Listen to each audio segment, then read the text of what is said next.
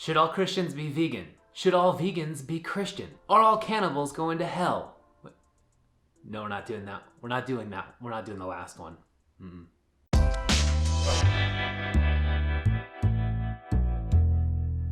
Alright guys, so let's break this one down. It's a complicated one, but it's important because it often comes up as a point of discussion. I oftentimes hear from people when I'm talking to them that, well, this is just how God intended it. Animals are put here for us. We have dominion over the animals. God says that it's okay to eat meat. You should go read a Bible. And so that's what I did. I decided to go do the research because I kept hearing this as a justification. So I wanted to go and look and see if the Bible said anything that might be different or point a Christian in a different direction that might point them towards living a vegan lifestyle. And then I also did a bunch of research talking to other Christians, even Christian pastors, about this subject. Now this video isn't meant as me just telling you if you're a Christian that you should be a vegan, or if you're a vegan you should be a Christian, or anything like that. It's not meant to be telling you what to do. I'm just going to tell you what I found in my research, and then you can question it all you want on your own. The first thing that I wanted to point to is God's ideal vision for the planet. And for that I'm going to turn to Genesis 1:29.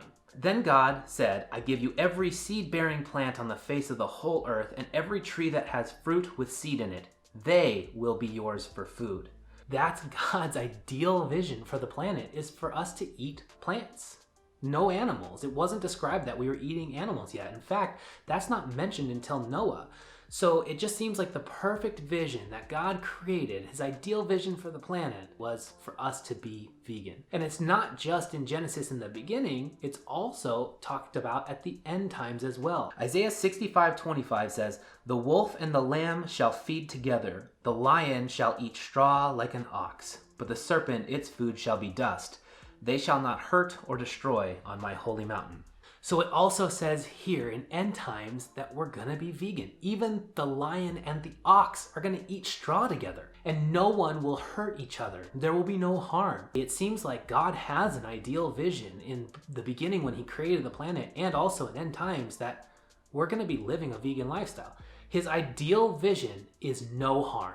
So my question is, even if in other parts of the Bible it says that you could eat animals in a circumstance or whatever it is, it's totally okay. I want to ask, how would it be better for you to live out of alignment with God's perfect vision rather than living in alignment with his perfect vision and living a vegan lifestyle and eating a plant-based diet?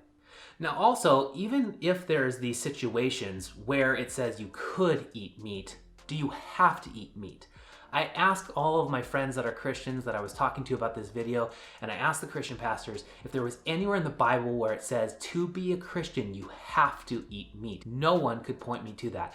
And there's plenty of examples where people don't eat animals, not only in the beginning of times before the fall of man where everyone was a vegan, and really up until Noah I think it was, where anybody actually ate animals. So everybody in the Bible before that was vegan or vegetarian. But also there's the story of Daniel. Daniel 1:8, 11 through 12, and then 15 say, but Daniel resolved that he would not defile himself with the royal rations of food and wine, which were animals. Then Daniel asked, let us be given vegetables to eat and water to drink. At the end of 10 days it was observed that they appeared better and fatter than all the young men who had been eating the royal rations.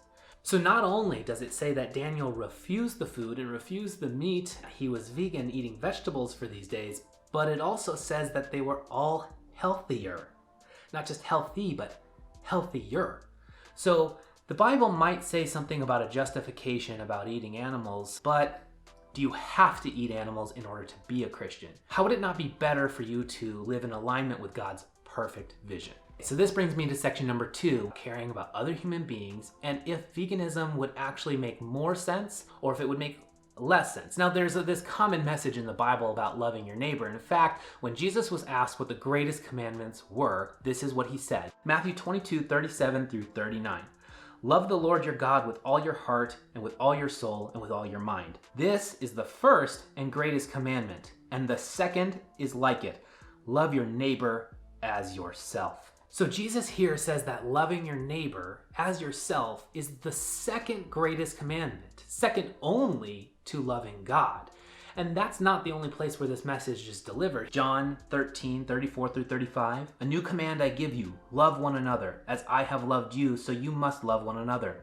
By this, everyone will know that you are my disciples, if you love one another. And then in John 15:12-13, my command is this, love each other as I have loved you. Greater love has no one than this, to lay down one's life for one's friends. So this isn't even just talking about just being nice to your neighbor and treating them well. It's saying that you should love them so much as like the greatest example of love would be to lay down one's life in sacrifice. So there's very clearly this message about caring about other human beings. So the question is that are you not caring about other human beings if you're not being a vegan or living a vegan lifestyle? Well, due to animal agriculture, unfortunately, there's a lot of negative impacts and human suffering. You can take a look at slaughterhouse workers who have higher rates of PTSD, suicide, domestic violence. You can take a look at world hunger and how part of the solution could certainly be us transitioning to a plant-based diet.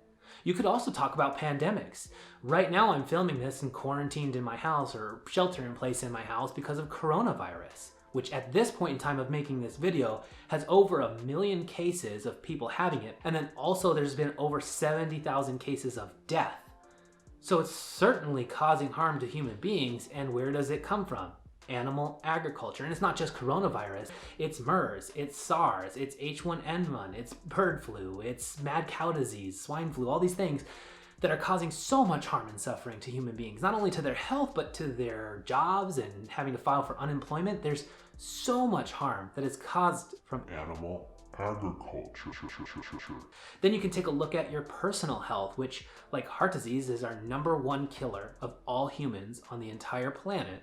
And the only diet ever proven to reverse heart disease, our #1 killer, is a whole food, plant-based vegan diet. So in all of these ways, animal agriculture is negatively affecting human beings, their wealth, their jobs with these pandemics, their health with these pandemics, their health with heart disease, the slaughterhouse workers, the people that live next to animal agriculture and have higher rates of certain types of cancers. It's an unfortunate reality, but animal agriculture harms human beings. If we're called to love other human beings as ourselves, would it be more in alignment to live a vegan lifestyle? So now there's another way though that this also might be harming other human beings. I am convinced, being fully persuaded in the Lord Jesus, that nothing is unclean in itself, but if anyone regards something as unclean, then for that person it is unclean.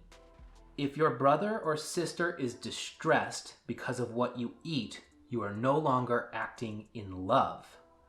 Do not, by your eating, destroy someone for whom Christ died. So it's saying, do not cause your brother or sister to be distressed because of what you eat. Now, vegans sometimes can be different, and sometimes vegans, for whatever reason, could be okay with eating around you if you're eating animal products. But I know for myself and plenty of other vegans that does cause us to be stressed out because we don't like being around dead animals and it causes us to be uncomfortable.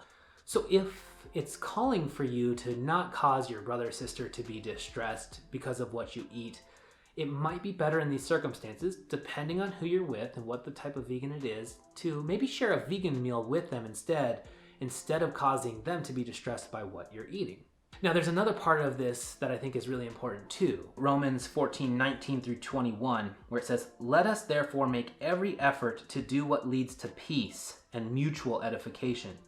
Do not destroy the work of God for the sake of food. All food is clean, but it is wrong for a person to eat anything that causes someone else to stumble. It is better not to eat meat or drink wine or to do anything else that will cause your brother or sister to fall." So this is saying, do not destroy the work of God for the sake of food. To me, I mean, that's pretty clear. But it also says in Romans, it's better not to eat meat or drink wine or do anything else that causes your brother or sister to fall. Well, eating animals and contributing to animal agriculture individually and as a species is causing a ton of harm to our brothers and sisters. It is causing them to literally fall dead. But also, it's causing them to fall in the way of stumbling with their walk with God. Like, if it's causing them to literally die, they can't be as strong in their faith. it is causing these struggles for human beings. It is causing them to fall. It is causing them to stumble. It is causing harm to them. So if the Bible is saying that we should care about other human beings, which according to Jesus is the second greatest commandment of all, then it seems to me that it would be pretty clear that living a vegan lifestyle would have a lot of advantages and be more in alignment with your views as a Christian.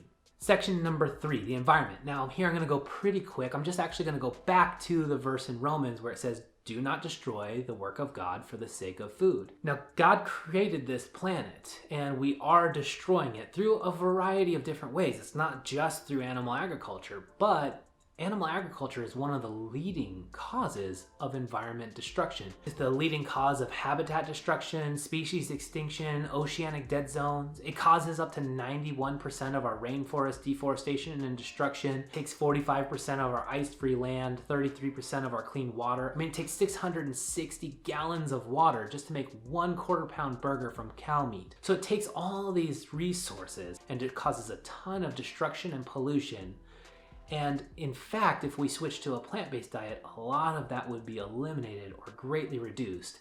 According to an Oxford study, which is the most comprehensive study ever done on the relationship between farming and the environment, we could reduce our land use from farming by 75% if we switched to a plant-based diet as a species. We could free up 75% of the land. How much less destruction would we cause? A ton by switching to a plant-based diet. So a lot less destruction of God's work. And on top of that, it also said as far as greenhouse gases that we could reduce greenhouse gases from food by up to 73%. So we could have a good impact there too. So again, as far as the environment goes, it seems like living a vegan lifestyle, a plant-based diet lifestyle, would be more in alignment with your views of not destroying God's planet. Section 4, your health. Does the Bible say anywhere that we should take care of our own bodies and our own health? 1 Corinthians 6, 19 through 20. Do you not know that your bodies are temples of the Holy Spirit who is in you, whom you have received from God? You are not your own. You were bought at a price. Therefore, honor God with your bodies. So it says that we should take care of our bodies and that they're, houses for the Holy Spirit. So in this circumstance, we should take care of our bodies. Now, can you be unhealthy as a vegan? Absolutely, like the classic example of French fries and beer or Oreos and beer. Something can be vegan, but also still be not healthy for you. So it doesn't all of a sudden mean that you are healthy, but again, when we take a look at like heart disease, our number one killer, the only thing that's reversed it is a whole food plant-based vegan diet. And when we take a look at the longest living population on the entire planet, it's the Seventh-day Adventists, which have a large vegan group. So not only can you be healthy, as an example for Daniel, and take care of your body where he was healthier, but it's the same for the Seventh-day Adventists in Loma Linda, which are vegan for religious reasons. It certainly makes sense in this circumstance that if you care about your health, living a whole food plant-based and a vegan lifestyle in that way would also still be more in alignment with your views as a Christian. So the last bit here I would be remiss if I didn't talk about, which is just the conversations that I've had with people have been amazing, super fruitful. They've helped me, they've pointed me to some of these verses, and Christian pastors and Christians have really helped me put this video together. So thanks to you guys who helped with this. But also in this, a couple of interesting things. One, I always thought it was interesting because they almost always left the conversation taking something away and planned on making changes. But also on top of that, one question almost always got returned, which is, well, if Christians should be vegan, then shouldn't vegans be Christian? Simply put, no. No. Now vegans can be Christians, but vegans can also be any other religion. And I think this comes from people thinking that veganism is a religion, but it's not. It's just a moral principle about avoiding harm to animals. It's similar to like being against murder. Now, if you're Christian, you're against murder because it's one of the commandments. But if you're against murder, that doesn't necessarily mean that you're a Christian or that you believe in Jesus or God. Veganism is the same way. You don't have to forsake your religion to believe in veganism because it's not a belief. There's no God, there's no talk about what happens in afterlife, there's no Messiah. So just like the Seventh-day Adventist in Loma Linda, you can be a Christian and also live a vegan lifestyle. They go together, but it's not necessarily the other way around. I know vegans of all different types of religions and backgrounds. You don't have to be Christian if you're a vegan. So to close up, I want to close up with a couple of final thoughts. One, again, I thought this was really fruitful research, and I found a lot of really great stuff out of it, and really appreciate the conversations that I've had about this. But I do want to question you. If you're a Christian, is living a vegan lifestyle more in alignment with your own views as a Christian, or is it less in alignment? You can let me know what you think below, but again, it's in alignment with what God had as a perfect vision in Genesis and in end times. It causes less harm to other human beings. It could be better for your body if you're eating a whole food plant-based diet. It's better for the environment and not destroying God's work. So for me, the case is overwhelming that if you're a Christian, you should consider living a vegan lifestyle because it's more in alignment with what your morals are and where they come from out of the Bible. I just think maybe it's worth thinking about. And again, if you have questions, you can comment below. But a final couple of questions or hypotheticals that I'll leave you with is just one really important one, which is if Jesus was here today in this world, not Jesus 2,000 years ago, but Jesus here today, and he had the choice between eating something like a salad or an apple or something else, or eating an animal, and he knew, which he would because he would know everything, that eating the animal is going to cause all of this harm to other human beings, and it's going to contribute to planet destruction and God's work being destroyed, and it might stress out other human beings and cause just all this suffering. Which one do you think he would choose? And I think about it also, if like Jesus and the devil were in the room together, one of them was going to eat an apple, one of them was going to stab an animal and bleed it out and eat it. Who's doing what? Like, I think about the devil as like a antithesis of God. They're trying to get you, the devil's trying to get you to sin and do the bad thing. So devil bad, God good. If the God thinks that killing animals and, stabbing them, that's the good thing, and the devil's trying to get you to sin to do the bad thing, what's the bad thing then? If stabbing animals is good and eating them is good and killing them, the death is good, then the devil wants you to pet them? So you let me know. If you're Christian, not a Christian, either way, let me know what your thoughts are. Let me know what your questions are in the comment section below. If you enjoyed the video, hit like. And if you want to see future content, hit subscribe and make sure that you hit the notification bell for future videos. And I just want to leave you with one last verse, which is the golden rule from Matthew. Matthew 7:12. So in everything, do to others what you would have them do to you. Thanks for watching.